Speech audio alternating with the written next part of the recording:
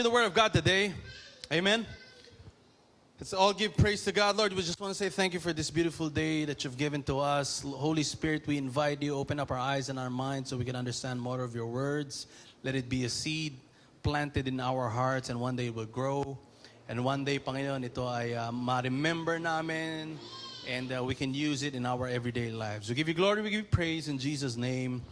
Amen. So the series is A to Z to Christ is already done. So tayo po ay nag-open ng isa pang series last week and I called it The Road to Thanksgiving because we're gonna have 3 weeks na tayo ang pag-uusapan natin yung pasasalamat. And what is the effect ng pasasalamat sa atin? And last week, if you were here, we talked about the essential things in life. It is about yung ating spiritual relationship with God, with what God has done for us, kung ano yung ginawa niya sa atin. Let me remind you again, na ano yung isa sa mga pinaka-importanting ginawa ng Diyos para sa atin nung namatay si Jesucristo dun sa krus ng Kalbaryo is that we are now called righteous. We are now called righteous and justified. Amen? We were justified not because of our own self-efforts. Hindi dahil ikaw ay mabuti, ikaw ay nagbabasa ng maraming chapters sa Bible, ikaw ay 3 hours nagpe-pray. And I'm telling you, these are all good and these are all important in our relationship with God. But it is not the basis of our salvation. Our salvation is not based on our works, but our salvation is only based on what Christ has done for us. And what do you need to do? You just have to simply believe. And last week I told you that one reason to give thanks to God is this: you have been justified by the blood of Jesus. Meaning, you have been declared. Ikaw ay diniklara ng Diyos sa pamamagitan ni Jesucristo na sabihin natin, eto si Eli, eto si Juan de la Cruz ay dinideklara ng Diyos na malinis at karapat-dapat sa kanyang harapan, hindi dahil sa kanyang sariling gawa, hindi dahil sa sarili niyang effort, but simply because of what Christ has done for him. Amen? You are now justified by the blood and by faith. Not by works, but by blood and by faith in Christ. So those are the essential things. Knowing na ikaw ay, kaya nga last week I talked about Thanksgiving, yung spiritual side, which is the essential thing. Knowing that I am already accepted, kung ikaw ay darating sa puntong mag-iisip, parang ikaw ay may pinagdadaanan sa buhay and you're thinking and you're praying to God and you're coming to God again and again, asking, Lord, parang layo-layo mo sa akin. Lord, excuse me, parang hindi mo naririnig yung aking panalangin. Lord, parang ganito, ganyan, ganyan. I want you to know that you have been already reconciled with God. Sabi mo nga, I am reconciled with God. If you are in Christ, you have been reconciled. Again, not by your own works, not by your own doings, but you have been reconciled because of what Christ has done for you. What do you need to do? You have to simply accept it as a gift. Ito'y isang regalo na ikaw ay tinatanggap ng Diyos. Amen? Hindi ka tinutulugan ng Diyos. Sabi nga ni Garvey, natutulog ba ang Diyos? No. God is focused on you. And God has made you worthy and accepted when you start to believe in Jesus. And now, yung ating part 2 ng ating Road to Thanksgiving, I am talking about the mind. So spirit last week, I am talking about the mind, the emotion, the heart. These are very important sa ating buhay. Amen? When we go through something, kung tayo ay may pinagdadaanan, mabuti at masama, maganda o mabuti, maganda o hindi masyadong maayos, ang unang naapektuhan sa atin is the soul, which is the mind, the heart. And we know, sa mundong ito, thankfulness is a complicated state of being. Ito'y komplikado. Why? Because when life is good and if someone is getting what they want, it is easy to achieve, madaling magkaroon ng isang spirito na nagpapasalamat. Amen? Sabi nga natin, pag merong natapos na thesis, sa mga nag-aaral, pag natapos yung thesis mo, what do you do? You go out sa mga grupo mo. Kung merong isang promotion, you call your friends, you celebrate. Kung merong isang mabuting bagay na nangyari sa pamilya, you go out and you celebrate. Pag merong magandang nangyari sa trabaho at ito'y pinagplanuhan o sa business or whatever it is, anong unang ginagawa pag ito'y naging maayos? You go out, you celebrate. Palaging magkadikit ang isang mabuting bagay at ang pasasalamat. But sabi ko nga kanina, thankfulness is a complicated state of being. Why? Because the moment, okay, life becomes hard and nothing else goes right, it is hard to have that spirit of gratitude. At ang una nating binabalikan is this. I'm not saying all people, but some people, pag sila ay nasa mabuting paraan, mabuting pagkakataon, what do they do? Oh, thank you Lord, thank you God. Salamat Panginoon, blah, blah, blah, blah, blah, blah. And the moment life gets hard, some people will ask, Lord, pinabayaan mo na ba ako? Ang ating sisi ay palaging napupunta doon sa Lord, Lord, Lord. But that's not it. Hindi yun ang sinasabi sa atin. Amen? The Bible says God will never leave you nor forsake you. God will never leave you, never, never, never. Hindi ka iiwanan ng Diyos. And the thing is, we are being blinded of the things, tayo ay maaring nabubulag o nadadaya ng mga bagay na nangyayari sa ating harapan o sa mga bagay na ating nakikita. Now, I want you to see in 1 Thessalonians, ito yung ating pinaka-main verse dito sa ating road to Thanksgiving. The Bible says, rejoice always, pray without ceasing, give thanks in all circumstances. Ibig sabihin, in all. Sabi mo nga, all circumstances. When we say in all circumstances, whether you are up or whether you are down or whether you are in the middle of life, I'm not saying monetary situations, what I'm talking about, yung mga bagay na nangyayari sa ating buhay. Kung ikaw ay masaya, kung ikaw ay bagsak, dahil I'm talking about the mind and the soul and the heart. So if you are going through something, anxieties and worries and thinking about things, you may be up, you may be down, you may be at the middle. The Bible says, rejoice always, pray without ceasing, and give thanks in all circumstances. For what? For this is the will of God. Ito ang nais ng Diyos sa bawat isa. Na tayo ay magkaroon ng pusong mapagpasalamat. Why? Because God has been so good to us. Last week, nakita natin on how Jesus gave the perfect example on thankfulness in all circumstances. Last week, we talked about the Last Supper, at ito ay isang pista. It is a feast of the Passover, kung saan, sa panahon ni Moses, iniligtas ng Diyos ang mga Israelita sa tiyak na kamatayan, especially yung kanilang mga eldest. Okay? Sila ay nailigtas sa tiyak na kamatayan sa pamamagitan ng sa pagpahid ng dugo doon sa amba ng pinto. Kung ikaw ay matatagpuan na may dugo doon sa amba ng pinto, ang iyong pamilya or the eldest will be spared of death. But for those na hindi matatagpuan ng dugong ito, ang nangyari sa kanila, yung kanilang mga panganay ay lahat ay namatay. That's why ang Passover is a big celebration para sa mga Hudyo. Why? Because it is a day of God's salvation for them in the time of Egypt. Now, sa panahon ni Jesus, they were also celebrating this thing. That's why, ang nangyari sa kanila, a day of feast of celebration of the Passover, suddenly, ano po ang nangyari? It was turned into a night of what? Betrayal, denial, and death. On that very night, on that same night that they were celebrating, what happened was, Judas has already agreed. Si Judas ay nag-agree na doon sa mga namumuno sa simbahan, nahuhulihin nila si Jesucristo sa tamang oras. Dahil alam nila na magkakagulo, dahil maraming followers ng Lord Jesus, magkakaroon ng kaguluhan. That's why Judas has already agreed to give or to hand over Jesus to them. That's the betrayal.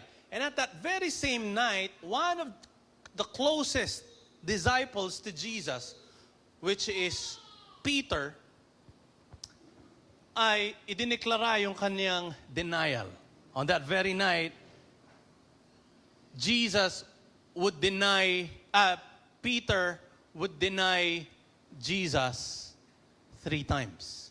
And ultimately, ang celebration na ito on the following hours, the following days, si Jesus ay pinako sa krus ng Kalbaryo. But what I want you to see is this. Even though alam ng Panginoong Jesucristo na siya ay nahaharap sa tiyak na kamatayan, anong kanyang ginawa? Siya ay nagpasalamat. That's why, sabi ng Biblia, in all circumstances, give thanks to God. That was the picture of Jesus. Facing betrayal, denial, and death, Jesus was giving thanks. Amen? Ito'y isang mahirap na pagkakataon, mahirap na sitwasyon, but it was a picture. And who would be the best example para ituro sa tao na sabi ng Diyos, sabi ng salita ng Diyos, na tayo ay tinawag na magpasalamat sa Diyos in all circumstances, at all times. Who would be the best example? That would be Jesus. Because when Jesus was facing betrayal, denial, and death, He gave thanks to God. Alam niya na yung mangyayari sa kanya. That's why He was revealing this to all His disciples. Now, magandang makita natin yung ating pinag-usapan last week. Balikan natin na saglit. The most important things in life na diniscuss natin last week is the life that can only be found in Jesus. And the thing is that God has already deposited in our spirit through Jesus sa pamamagitan ni Jesucristo. And that is a good reason for us to give thanks to God. Here's the thing. When Jesus was facing death, He already revealed, at inireveal naman na sa scripture, sa katulad sa scripture ni Isaiah, na ang gagawin ng pagtutubos ng Diyos sa kasalanan ng tao. So all along, when Jesus was on that very night that He was betrayed, alam niya na yung mangyayari sa Kanya. Alam niya na ang kanyang sakripisyo ay magkakaroon ng benepisyo doon sa mga taong magtitiwala sa Kanya. Amen? That's why He gave thanks. And remember, the prayer of Jesus at the garden is this, Lord, kung pwede lang, ialis mo na itong cup na to sa akin. Ano yung cup na yon? It was the sacrifice. But yet, sabi niya, okay Lord, but let your will be done. Even though even ang Panginoong Jesucristo ay nakakaramdam ng, sabi niya, yung kanyang damdamin, yung kanyang emosyon ay, sabi niya, He was at the point na, sabi niya, He was down even unto death. Ibig sabihin, bagsak yung kanyang emosyon. But yet, sabi niya, Lord, kung pwede lang, ialis mo na lang to sa akin. But let your will be done. Because that night started by giving thanks, even though si Jesus ay nahaharap sa tiyak na kamatayan. Now, like what I've said last week, we have to remind ourselves of what God has already deposited in us sa pamamagitan ni Jesucristo. How do you do that? One thing, you can read your Bibles, or ito ay tinakil na natin. Ilan ang alphabets? 26?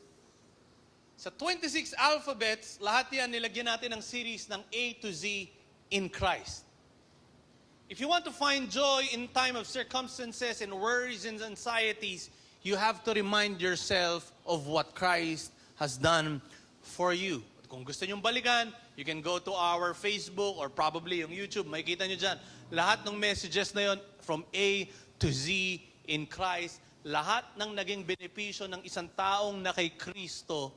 Amen. Lahat ng yon ay tinawag na siya na. That you are accepted, you are loved, you are blessed. And all this not because of what you have done. All this that we have ay inilagay sa atin ng Diyos the moment we put our faith in Christ alone. At lahat ng ito ay dinil na natin last week. The real life, the essentials of life that can only be found in Christ. And today we will try to talk about two things. We started with the spirit, and I'm going to talk about the body, which is the soul, the mind, and then of course, the physical things. Amen? The greater things are the spiritual things.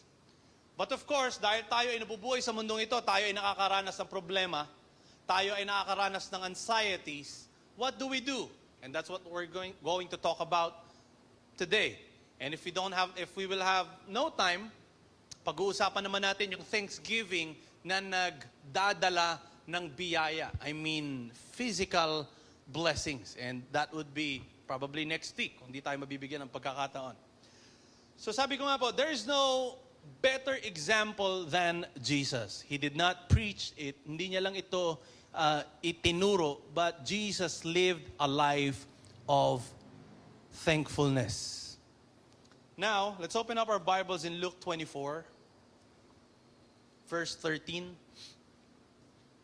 I'll be reading sa NIV. Now, the same day, two of them were going to a village called Emmaus, about 7 miles from Jerusalem. And they were talking with each other about everything that had happened. Ano ba yung pinag-uusapan ng dalawang disipulo na ito? All the things that had happened. What happened?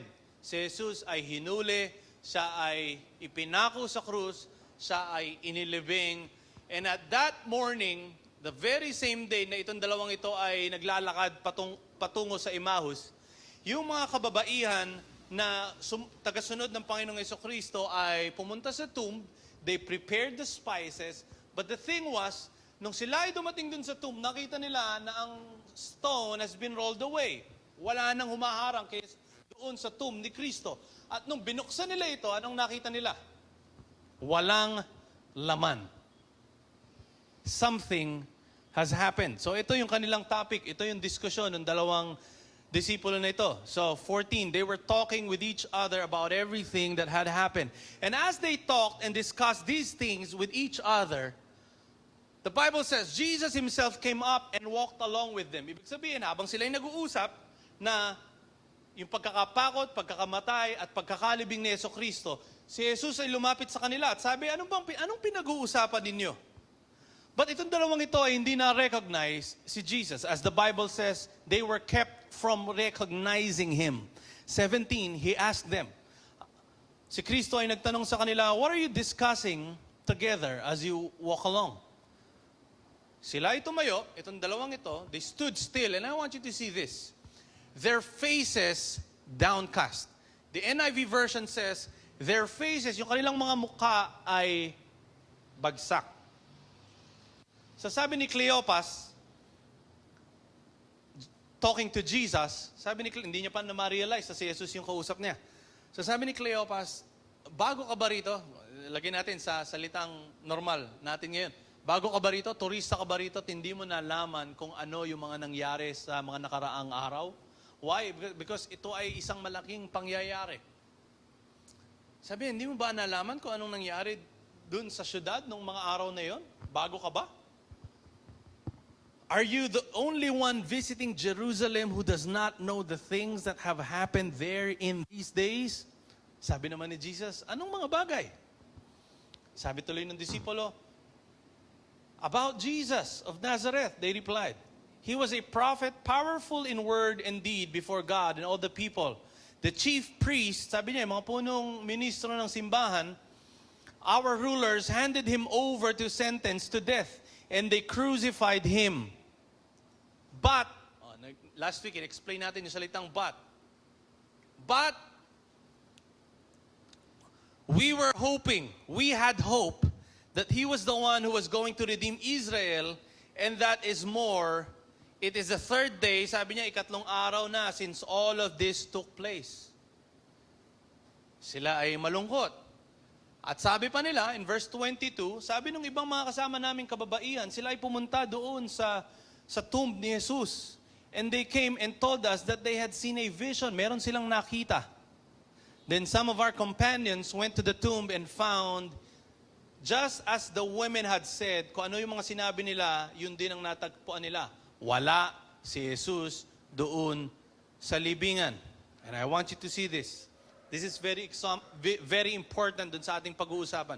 He said to them, how foolish you are and how slow to believe. Okay? Sabi ni Jesus, how slow to believe.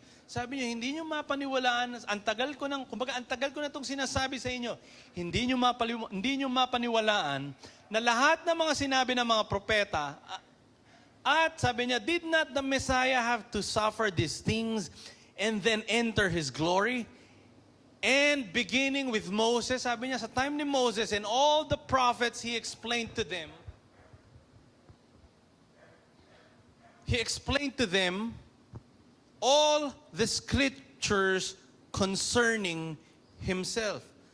So anong ginawa ni Jesus? Inireveal niya yung kanyang sarili, sabi niya, all through Moses to the prophets, sabi niya, inireveal ni Jesus yung kanyang sarili base doon sa nasusulat.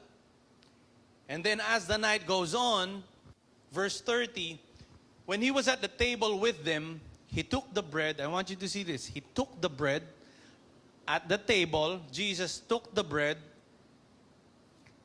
gave thanks, and broke it, and began to give it to them. Ano po ang nangyari? Verse 31, their eyes were opened, and they recognized Him, and He disappeared from their sight. They asked to each other, were not our hearts burning within us? Sabi niya, hindi ba yung ating mga puso ay nagliliyab nung siya ay nagsasalita patungkol doon sa scripture?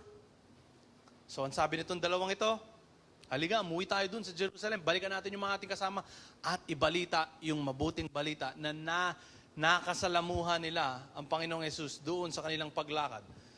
So before we go on, ano ba yung nagsusurround doon sa storya natin? Ano ba yung mga event na ito? Nung umaga, habang sila ay lumakad papuntang Emmaus, sabi ko nga po, the woman took the spices that they prepared for Jesus. At nakita nila yung stones have been rolled away. And another thing, they found that the tomb is empty. Wala na si Jesus doon sa kanyang libingan.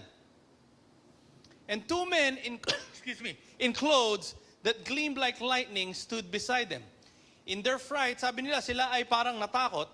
At ang sabi ng dalawang ito, why do you look for the living among the dead? Bakit nyo hinahanap ang patay? Bakit nyo hinahanap ang buhay among the dead? At sabi ng dalawang ito, wala na siya rito. He is not here and He has risen. Now, I want you to see this. Two of these, let's say, angels, the vision that they saw, sabi sa kanila, remember how He told you while He was still with you in Galilee? So take note of this. Remember how He told you. Sabi niya, alalahanin niyo yung mga bagay na sinabi niya sa inyo. Yung sinabi ni Jesus sa inyo while He was still at Galilee. Again, Jesus told the two disciples walking at Emmaus, sabi niya, slow to believe. Kumbaga, naku naman, tinuro ko na ito sa inyo. Hindi nyo ba maalala? That's why the same angel was telling them na, remember what He told you. Ibig sabihin, alalahanin nyo na ito ang gagawin ni Jesus pagkatapos ng kanyang sakripisyo. Siya'y mabubuhay muli. But it seems like, because of the circumstances na nababalot sa lugar na iyon at sa mga pangyayari sa mga nakaraang araw, they were mourning for Jesus. Ibig sabihin, sila ay malungkot, sila ay nagluluksa dahil yung kanilang guro na kasama for 3 years has been crucified and was put in a tomb. Now, let's move forward. On the road to Emmaus, balikan natin yung storya. Itong dalawang, itong dalawang ito ay naglalakad.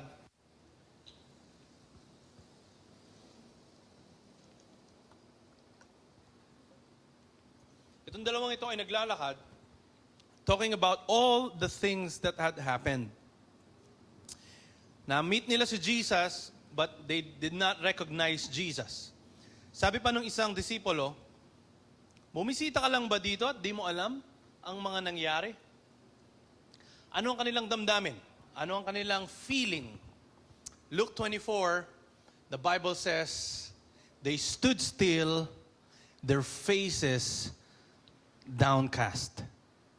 And one of them asked, turista ka ba sa lugar na ito? Sabi niya kay Jesus, turista ka ba? Bago ka lang ba rito? Hindi mo alam yung mga nangyari?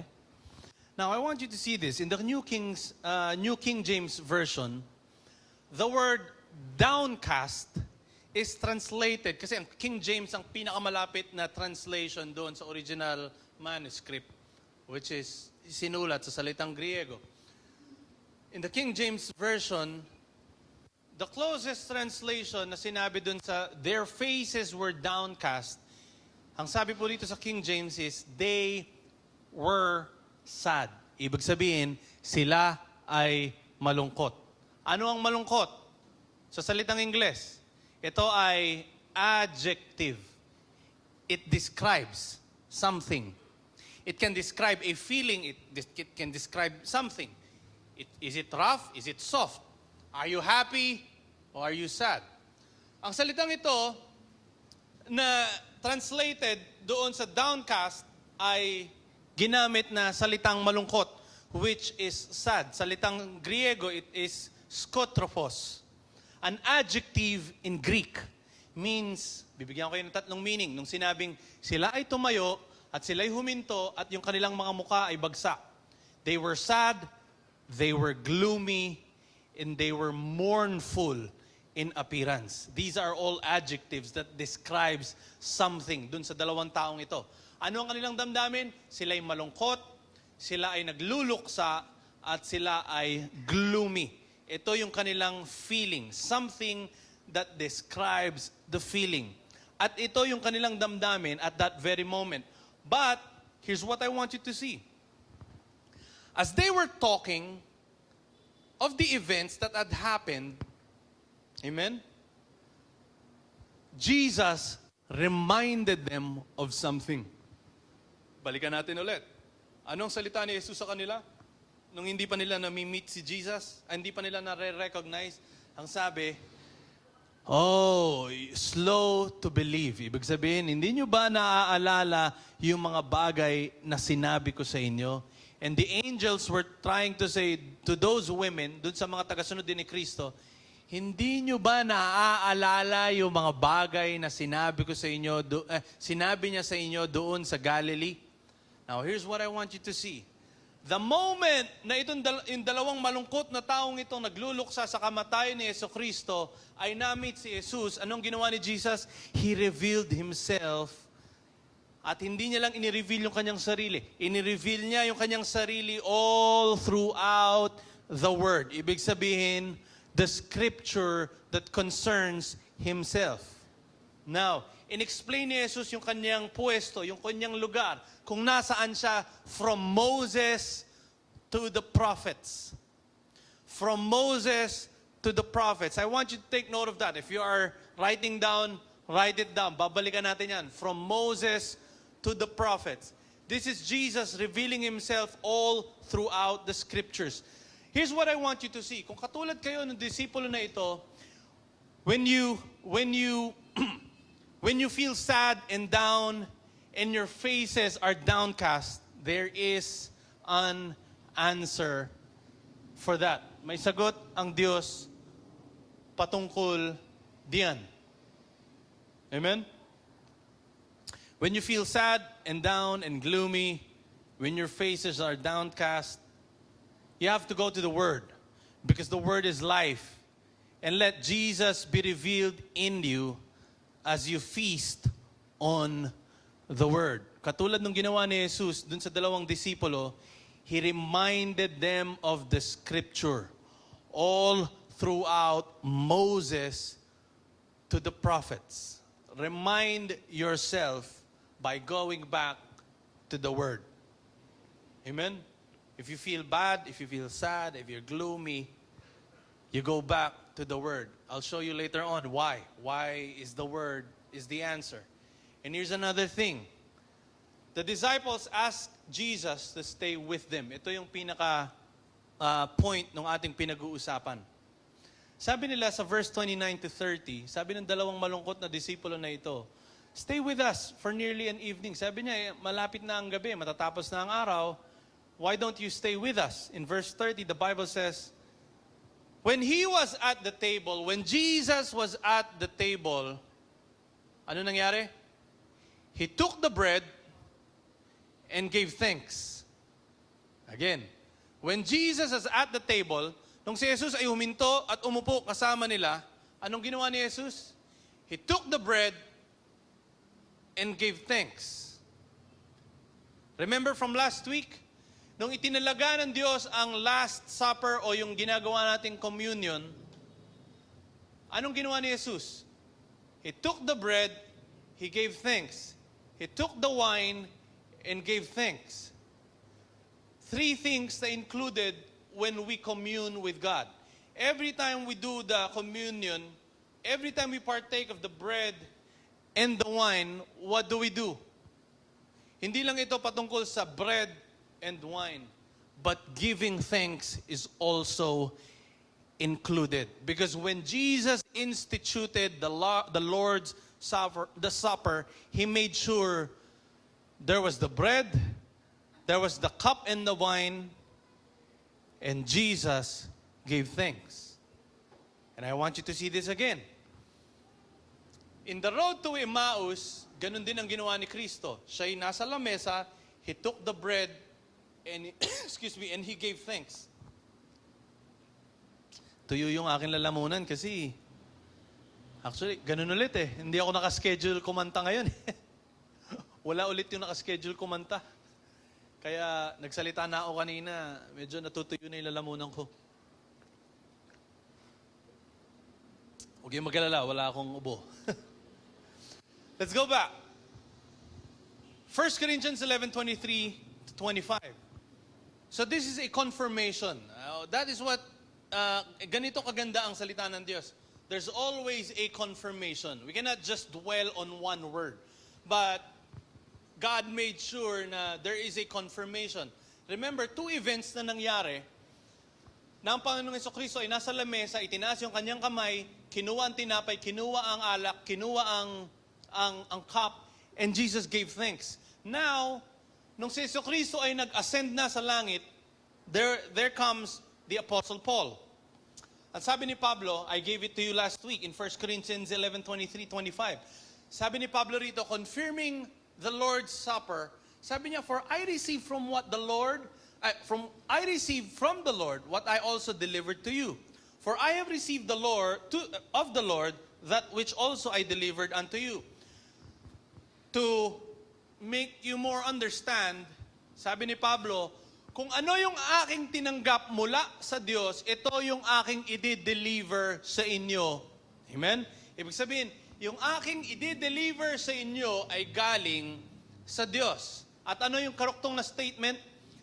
That the Lord Jesus, on the night when He was betrayed, took the bread, and when He had given thanks.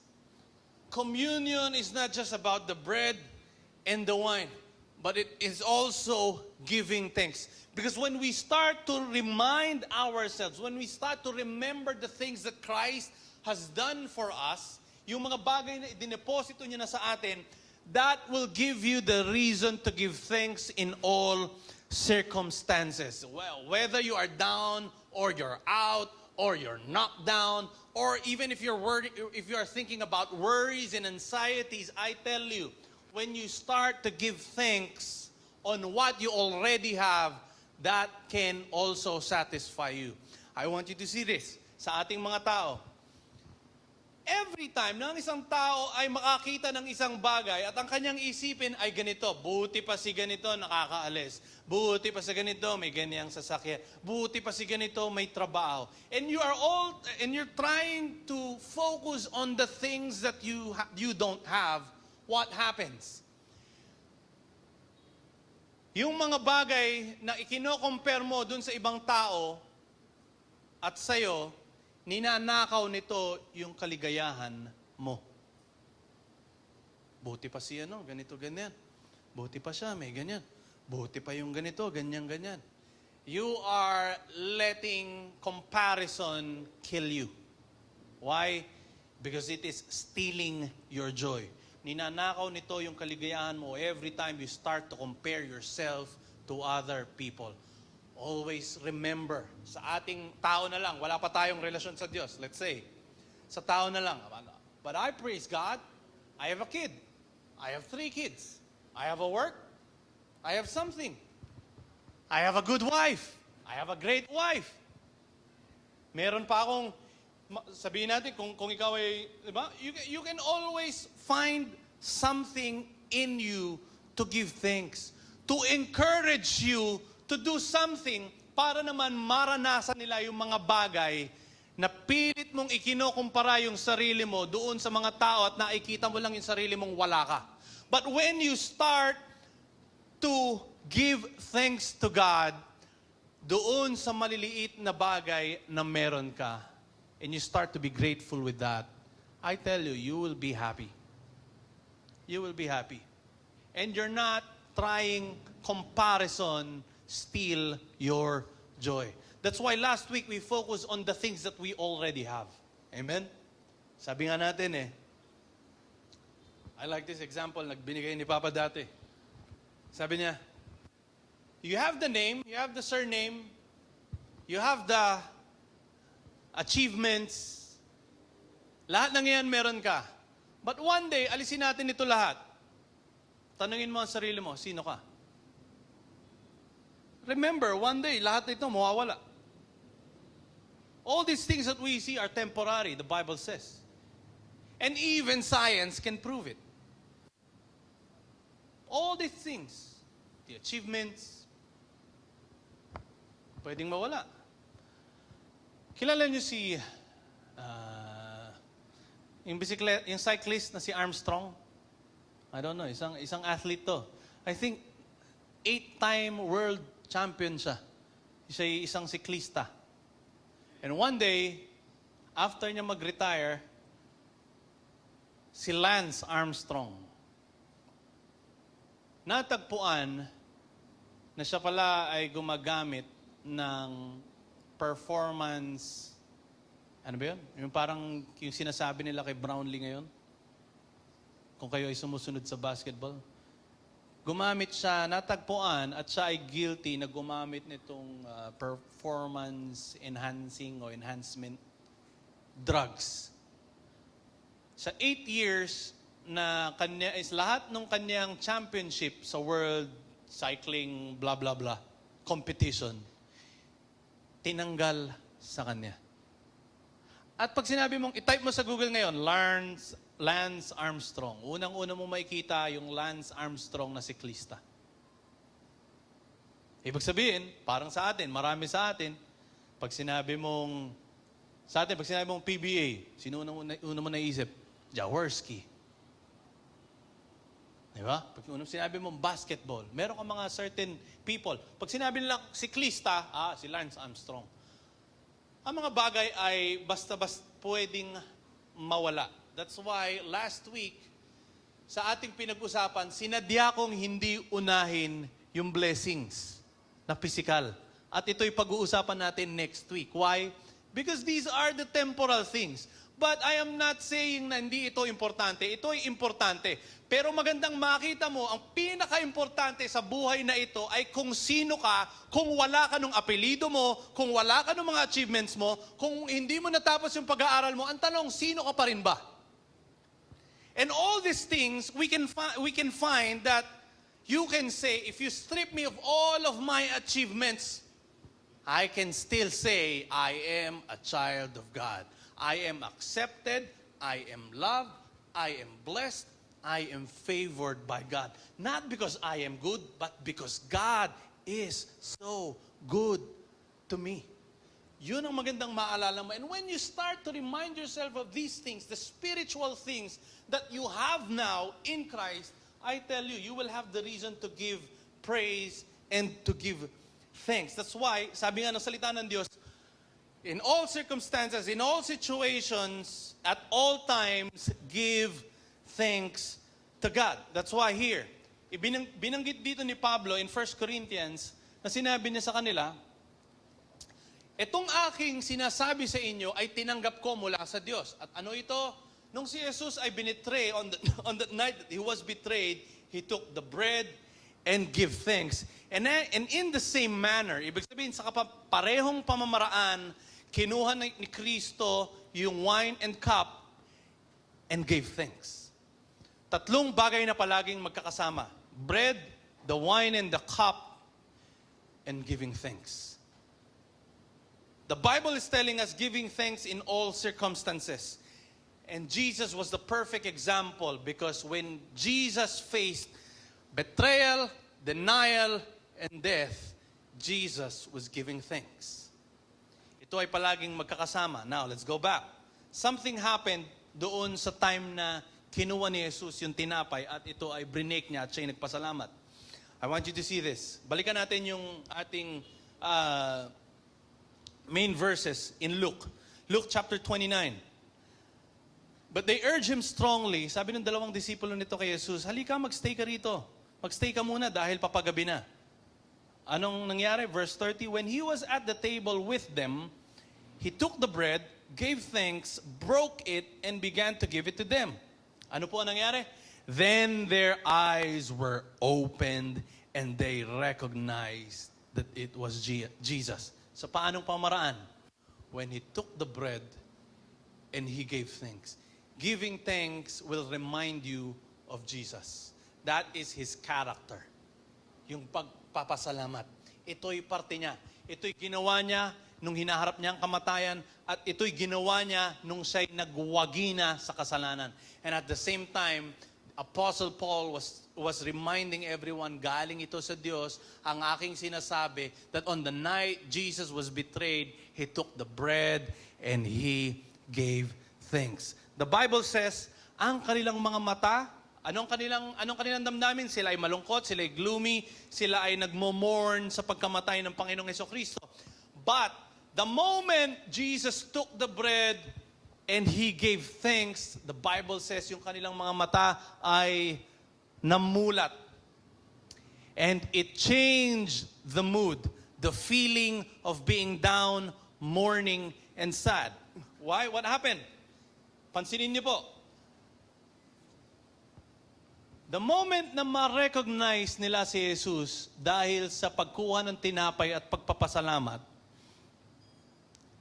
ang sabi rito, were not our hearts burning within us while He talked with us on the road and opened the scripture to us? Sabi niya, hindi ba yung ating mga puso ay nagliyab? Nung sinasabi niya sa atin patungkol dun sa mga scriptures, ano ba yung inire-reveal ni Kristo doon sa scriptures?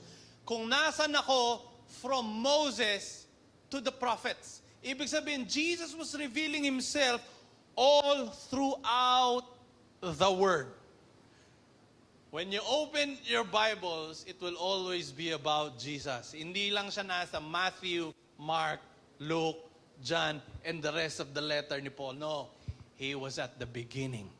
In the beginning was the Word. Amen? And that Word became flesh. Jesus. Sabi niya, at the very beginning, ando na ako. At the moment na ma-realize ito ng dalawang disipulo, yung kanilang mga mata ay nagbukas at naaalala nila, oy, si Jesus nga yun. Kaya pala sabi niya, yung puso natin, sabi niya, nagliliyab yung mga puso natin nung inire-reveal niya yung kanyang sarili doon sa scriptures. And they were just sad early that day, but their encounter with Jesus changed everything. Ano ang nagbago? Yung ating topic, the soul. Ibig sabihin, the heart and the mind na nagkakaroon ng effect pag merong circumstansyang nangyayari. Sa kanila, yung kanilang mga isipan, yung kanilang damdamin ay malungkot dahil yung kanilang guro ay pinako sa krus ng Kalbaryo. They were just sad that day, but their encounter with Jesus changed everything. All of a sudden, their hearts were burning. Amen? They returned at once to Jerusalem to tell the others, to remind, and I am being reminded of one story ni Jesucristo nung siya ay nandoon, na-meet niya yung babae doon sa well. Sabi niya, ang sabi ng babaeng ito sa kanya nung nangihingi siya ng tubig, Sabi niya, ikaw pa? Sabi ng babaeng ito kay Jesus, ikaw pa na magbibigay ng tubig? Sabi niya gano'n. Pansalok nga, wala ka eh. But the moment that Jesus was revealed to her, sabi niya, itong babaeng ito, yung meron siyang 5 kinakasama. Tama ba? 5 kinakasama. At yung pang-anim, hindi niya pa asawa. Di ba yun yung ni-reveal sa kanya at nagulat siya. Sabi niya, wala naman magsasabi nito, pero parang nalaman mo yung nangyari. That's why yung revelation ng Jesucristo sa kanya made her. Anong kanyang feeling? I'll tell you. Hindi ko ito nabanggit sa first service. I tell you. Ano ang damdamin ng babaeng ito? Nahihiya. Why? Sino ba naman nasasalok ng tubig, pipiliin mo sa tanghaling tapat? Kung kailan ka nasa initan. Doon niya pinili. Why? Because yung problema ay na-reveal. Ano ang problem? One failed relationship after one another. Failed relationship. Yun ang problema. Kaya yung babaeng ito ay nahihiya na lumabas sa oras ng kung saan lahat ay kumukuha ng tubig doon sa well. Why? Because of the failed relationships that she had. At na-reveal pa rito sa salita ng Diyos, sa sinasabi, kaya nga sinabi sa kanya yung pang-anim na kasama mo ngayon, hindi mo pa kasama. But the 7th man na na-meet ng babaeng ito, no wonder it is Jesus. And the number 7 in the Bible is perfection. He met the perfect man. And that was Jesus. Nung na-meet niya at nagkaroon siya ng encounter with Jesus, ano nangyari?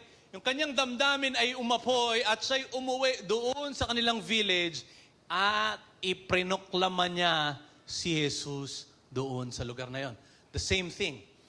Itong mga malulungkot na disipulo na ito, the moment they realized that it was Jesus, what happened? Sabi niya, kaya pala yung mga puso natin ay nagliliyab nung binabanggit niya yung kanyang mga salita. Ano sabi nila? Pagkatapos noon, sila'y umuwi, bumalik sa Jerusalem, and I want you to see this. From Emmaus to Jerusalem, it is a 2-hour walk. Ibig sabihin, malayo ito. 2 oras na lakaran ito. Now, I want you to see this. Something has changed when Jesus was revealed to them. The moment na si Jesucristo ay ma-reveal, suddenly, everything changed. For the disciples, yung kanilang damdamin, sa pamamagitan ng actions ni Jesus, yung kanyang pagtaas ng kanyang kamay, pagkuha ng tinapay at pagpapasalamat, ito ang nagbago ng sitwasyon nila. Why? From being gloomy, from being sad, from being downcast, they felt something inside of them. Sabi niya, our hearts were burning when they saw Jesus gave thanks. Let's open up our Bibles in Psalms 30. I want you to see this. Psalms 30, verse 5, the Bible says, weeping may stay the night, but joy comes in the morning. You turned my mourning into dancing. That's verse 11. You peeled off my sackcloth. Yung sackcloth, ito yung sinusuot nila pag sila ay nagluluksa. And then sabi niya, you peeled off my sackcloth and clothed me with joy, ng kaligayahan, that my heart may sing your praises and not be silent. Sabi ni David, O Lord my God, I will give thanks forever. Sabi niya, habang buhay akong magpapasalamat. Why? Because he reminded himself of the things that God has done for him. Sabi niya, weeping stay the night, but joy comes in the morning. And here's what I want to tell you today.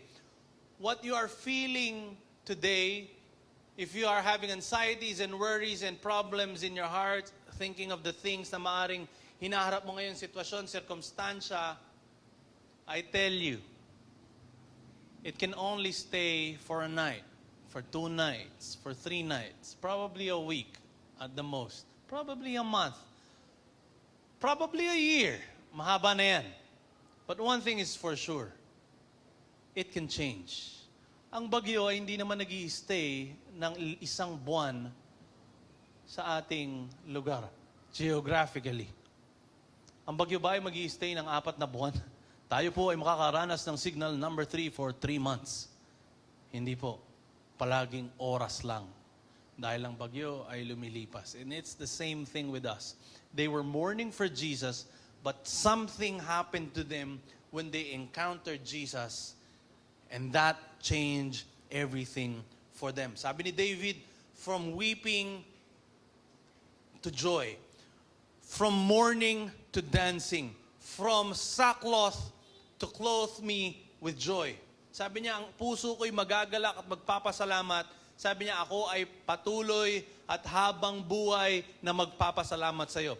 When we start to give thanks, when we start to remember, when we remind ourselves of Jesus and start to appreciate the things that He has done, I tell you, that would be a reason for you to give thanks in all. Sabihin mo nga, in all circumstances. It doesn't just give us a new reality, a new perspective in life, but I tell you, it can also change the way we feel, the way we think, how we feel. In this case, sabi ko nga kanina, yung damdamin na nitong dalawang disipulo na ito na malungkot, nagluluksa, ay napalitan ng kaligayahan. Yung kanilang excitement, their hearts burning, as the Word of God says. Kaya sabi ng salita ng Diyos sa atin, in all circumstances, in all things, in all circumstances, give thanks. For this is the will of God. Why is it that it is the will of God? Because when you start to remind yourself of the things na meron ka na ipinagkaloob na ng Diyos sa iyo, especially the more important things, the life that we have, that you are already tagged as favor, blessed, accepted, justified, not because of what you can do for God, but because of what God can do for you and what God He has done for you, that would be a reason for you to give thanks to God. Salamat, Panginoon. Hindi ko man nararanasan physically yung iyong mga pinagkaloob na sa akin, but I am believing I already have it inside. And that is a reason for me to give praise and give thanks to you. So no matter what, in all circumstances, I want you to see this. Kaya ito ginawa ni Jesus, yung kanyang pagpapasalamat at yung kanyang pag-institute ng Lord's Supper is because of this. When He was giving thanks, alam na ng Panginoong Jesucristo yung kanyang ano yung mangyayari sa kanya. Ano yung mangyayari? Siya ay mapaparusahan dahil sa ating mga kasalanan. Tinanggap niya yung para sa atin na instead na tayo ang mamatay, tayo ang pahirapan, siya na ang tumanggap para sa atin upang tayo naman ay makapaniwala lamang sa Kanya. So all throughout, alam ng Panginoong Jesucristo kung ano yung Kanyang gagawin. At even though kahit alam niya na ito, still, Jesus chose to give thanks. And now I want you to see this. It is not a coincidence that the very night that Jesus had faced betrayal, denial, and ultimately death, Jesus gave thanks. Yun yung gabi na siya ay huhulihin na. I want you to see this. It is not also a coincidence that after the death, betrayal, and denial ng Panginoon Jesucristo, siya ay pinako sa krus ng Kalbaryo, and the first time na siya ay nag-appear, it was in the road. Anong ginawa ni Jesucristo? He took the bread and still gave thanks. When you're facing death, denial, and betrayal, you can still give thanks. And in victory. Victory from what? Sa Panginoong Jesucristo, it was victory from death. Death did not hold Him and cannot hold Him. That's why when He was resurrected back to life, He defeated death and sin for us. upang tayo naman ay makapaniwala na tayo'y malaya na sa kasalanan.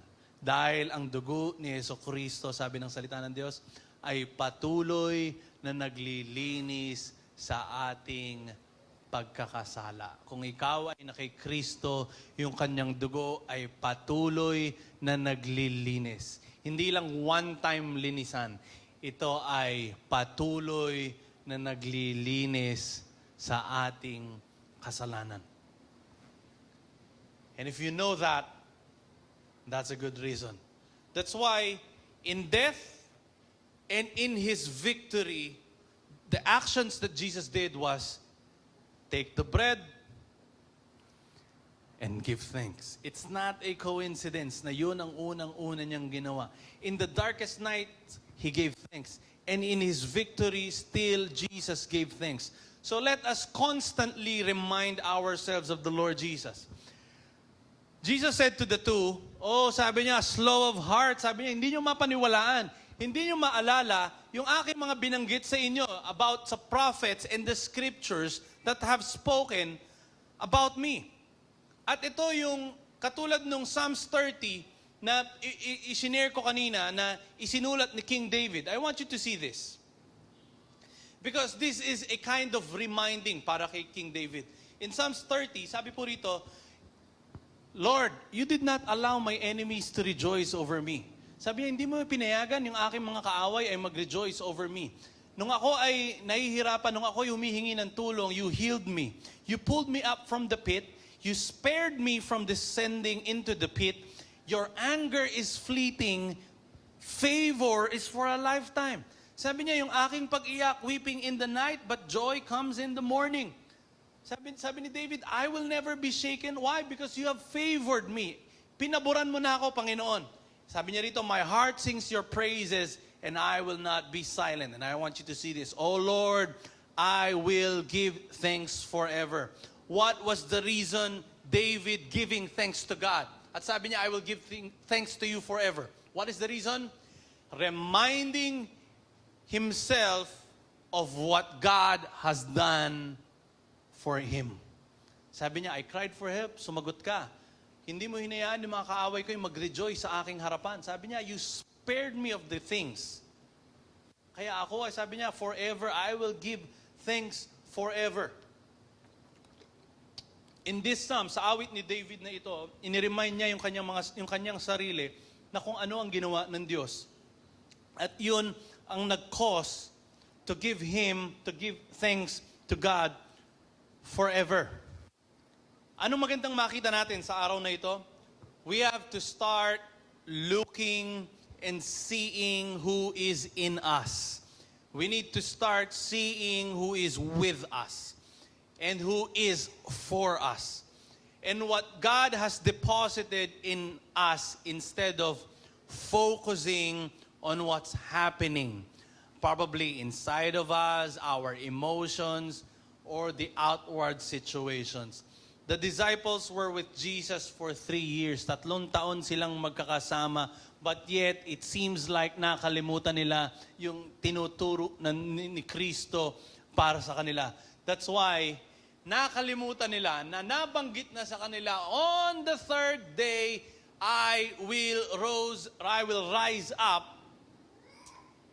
On the 3rd day, yung 2 disipulo na ito ay nandoon pa rin sa kanilang damdamin na sila ay malungkot pa rin. Why? They forgot that on the 3rd day, si Jesus ay mabubuhay muli. That's why sabi niya sa kanila, slow to believe. You are slow to believe. And because of this, nakalimutan nila kung ano na yung meron sa kanila at ipinagkaloob at inireveal na sa kanila. That's why they were still mourning when Jesus was already alive. Now, ang mga bagay na ito ay nangyayari sa atin. At walang exempted dito. Amen? Lahat tayo ay dumadaan sa kalungkutan. Lahat tayo ay dumadaan sa worries ng buhay. Lahat tayo ay dumadaan sa mga ganitong pagkakataon. But the Word of God is telling us today, you can change that. The reality yun yung pag-uusapan natin next week. But yung damdamin mo pa lang sa loob at sa isip mo, yung mga gumugulo sa isipan mo, you can change that when Jesus is revealed to you from the inside. Amen? Walang magsasabi rito, Ella, hindi na ako nalulungkot. Palagi akong masaya. I doubt it. Lahat tayo dumadaan sa pagkakataon. Lahat tayo may worries. Lahat tayo may bills na binabayaran. Lahat tayo, marami sa atin, may mga batang iniintindi yung kanilang pagpasok, yung kanilang safety, yung kanilang health. Lahat tayo dumadaan sa ganyang pagkakataon. But I tell you, when those feelings arise, remember, it can change in an instant when Jesus is revealed. Now, I want you to see this. But thanks be to God, in the moment na makakalimutan natin, we forget these things. Thanks be to God, hindi lang pinagkaloob ni Jesus yung answers for life, but the spiritual things also. Jesus also has the answer to our emotions when we are sad, mourning, and when we feel bad. When something good happens, normally we feel happy. Today, I tell you, the goodness of God resides in you. Ang kabutihan ng Diyos, kung ikaw ay na kay Kristo, kung siya ay idiniklara mong Diyos at hari ng iyong buhay, I tell you today, the goodness of God resides in you. One example is this. In 1 Chronicles 16:8, I will make this fast.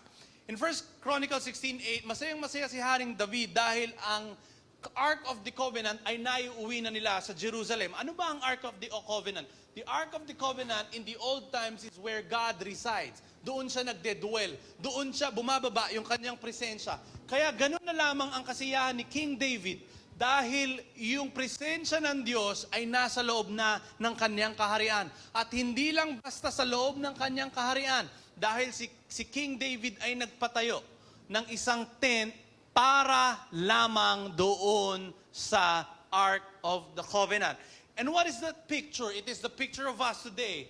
Rejoice today simply because Christ is already inside of you. The presence of God is already inside of you. You have all the reasons to give thanks to the Lord, call His name, sing praises, make known His deed. Let those who seek God find strength in Him. Sabi niyang ganon, and let the heavens be glad and the earth rejoice. In 1 Chronicles 16:34, the Bible says, ano yung rason kung bakit ganito na lang ang kaligayahan ni David? Sabi niya, oh, give thanks to the Lord for He is good, for His steadfast love endures forever. What was the reason for that? The Ark of the Covenant resides inside David's tent. Today, I tell you, if you are in Christ, if you have Jesus in you, if you already put your belief or your faith in Christ, I tell you today, the goodness of God has already resided in you. He is dwelling inside of you, and the goodness can abound from the spirit to the soul to the mind. And next week, you will see the goodness of God physically. Amen? David kept giving thanks and gave praise to God because the ark is already inside. What do you need to do? The word Jesus should be revealed in you. Now, I want you to see this. Jesus revealed Himself to show He is the Word. He is the beginning. He has the final say. He is the Alpha and the Omega. And He is everything that we need and much more. The Word of God says, the Word is life, and that life, sabi niya, everything that we'll ever need in life and godliness were already given to us. 2 Peter 1 and 3. For His divine power has bestowed. Ibig sabihin, given. Ito'y ibinigay. Pinagtrabahuhan mo? Hindi. Ito'y ipinagkaloob bilang regalo sa'yo. What are these things? Suited to life and godliness. Last week, pinag-usapan natin yung godliness.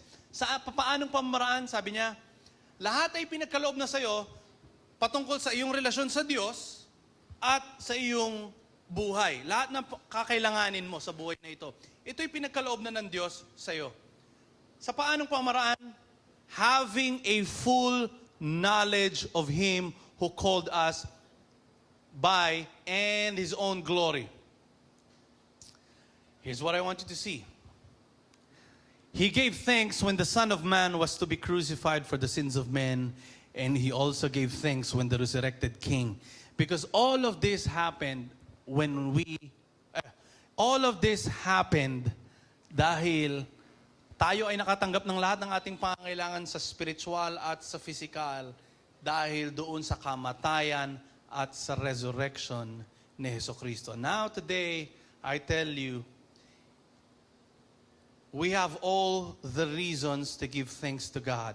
And giving thanks to God can change something in our soul and our mind. I will end it here. Let's open up our Bibles in Colossians 3:15, 17. Very important. This will be the end of the message. The Bible says, "Let the peace of Christ rule in your hearts, to which indeed you were called in one body, and be thankful. Let the word of Christ dwell in you richly, teaching and admonishing one another in all wisdom, singing psalms and hymns and spiritual songs, with thankfulness in your hearts to God. And whatever you do, in word or deed, do everything in the name of the Lord Jesus, giving thanks to God the Father through Him." The Bible says, let the peace of God rule your hearts and be thankful. Sabi mo nga, be thankful. Let the word of God, Christ, dwell in your hearts. Ibig sabihin, dwell. Pag sinabing dwell, manirahan. Hindi sinabing dumaan. Here's two different things. Pag ikaw ay pumunta at nagbakasyon, titira ka sa hotel. At pag ikaw tumira sa hotel, it would be 2-3 nights. And that's not living. That's not dwelling. That's vacationing. What is dwelling? Manirahan ka doon palagi. Yung address mo sa ID mo, yun ang iyong tirahan. Kung nasa ng pamilya mo, yun ang iyong tirahan. Sabi niya, hayaan mo yung salita ng Diyos ay manirahan sa'yo. Ibig sabihin, not just on weekends. Do you get it? Not just on weekends. We are being encouraged na let the Word of God stay, dwell, and live in our hearts because the Word of God has the power. You will see this later on. Sabi niya, let the word of Christ dwell in you richly in all wisdom, teaching, admonishing one another in psalms, hymns, spiritual songs, singing with grace in your hearts. Whatsoever you do in word, in deed, do all the same in the name of Jesus, giving thanks. Colossians 3 says, seek the things that are from above. Ibig sabihin, the spiritual things, the things that are not temporary. For now, we are in Christ. He is our life. We are being ordered to put on the new self. Sabi mo sa katabi mo, last week, ano sabi namin? Hindi, magbago ka na. Hindi. Sabi mo, binago ka na. Because pag sinabi mong binago ka na, that has more power doon sa magbago ka na. Malayong malayo. Sabi niya rito, above all things, put love. And let the peace of God, I want you to see this. Let the peace of God rule your hearts. The word heart, sa King James Version, sabi ko, ay pinakamalapit na translation ng Biblia na i-translate sa English. The word heart, and let the peace of God rule your hearts. The heart here, in the original manuscript, is translated, salitang Griego, isinulat sa Griego. Ito ay cardia. Sa salitang Ingles, cardio. Puso. Cardia. Pag sinabing cardia sa salitang Griego, ito. Which means the thoughts, the feelings, the mind. The center of all physical and spiritual life. The soul and the mind. Passions, desires, and what? Affections. Ibig sabihin yung nararamdaman. When the Bible says heart in Colossians, it says, the soul which is affected and stirred. Ibig sabihin, the affections and the emotions. The emotions and feelings can be affected. Amen? Kaya sabi niya, the Word of God, let it rule your heart and give thanks. When Paul wrote yung sulat niya sa Colossians, he was telling whatever you are feeling today, your emotions or whatever is going through your mind today, I tell you, let the peace of God guard your heart. Sabi niya, and let the word reside, dwell. I want you to see this. Let the word, the word is translated to the word in Greek, which is logos. This is the meaning of logos. The word logos means the saying of God, yung mga bagay na sinilita ng Diyos. Ibig sabihin, yung salita ng Diyos sa Biblia. The decree, the mandate, moral precepts given by God, and here's the good thing. Sabi niya, let the word of God dwell richly in you and give thanks. One translation is this, Old Testament prophecy given by the prophets. Now, paano nag-burn yung hearts ng dalawang disipulo? From sad, from mourning, from being gloomy, ano yung sabi nila kanina? Kaya pala yung mga puso natin nagliyab nung inireveal niya sa atin yung sulat from what? From Moses to the prophets. Because what will guard your heart? The word. Ano yung word? The sayings of God, the decree, the mandate, the precepts given by God, and of course, the Old Testament where you can find Jesus. Jesus is the key to your lonely hearts. And if you're going through something today, clouded mind, anxieties and worries, you're going through something, yung feeling pa lang, simpleng pakiramdam pa lang, I tell you, when you encounter Jesus, and when you start to remind yourself of what the Word of God says about you, that you are loved, accepted, and when you start to give thanks with the little things that you may have today, I tell you, it can change your situations, it can change your feelings, it can change your emotions. When you start to understand what you have in the Spirit, and then the Spirit connects with the soul, the mind, the feelings, I tell you, the blessings, the physical blessings ng pangangailangan natin sa araw-araw, ito lahat ay interconnected. But the very thing that is very important is yung ating relasyon sa Diyos, yung feelings natin, kasi ito yung nagkokontrol na nagsasabing, magluluksa ba ako o magiging maligaya ba ako? Naaalala ko ba yung sinasabi ng Diyos patungkol sa akin o nakalimutan ko dahil sa mga nararanasan ko sa buhay ko? Kung ang iyong isipan at yung nararanasan o yung emotions o yung heart o yung iyong isip ay nagko-connect doon sa, even though if I am going through something today, if I can connect it to my spirit and say, I am loved, I am accepted, God is for me, who can be against me?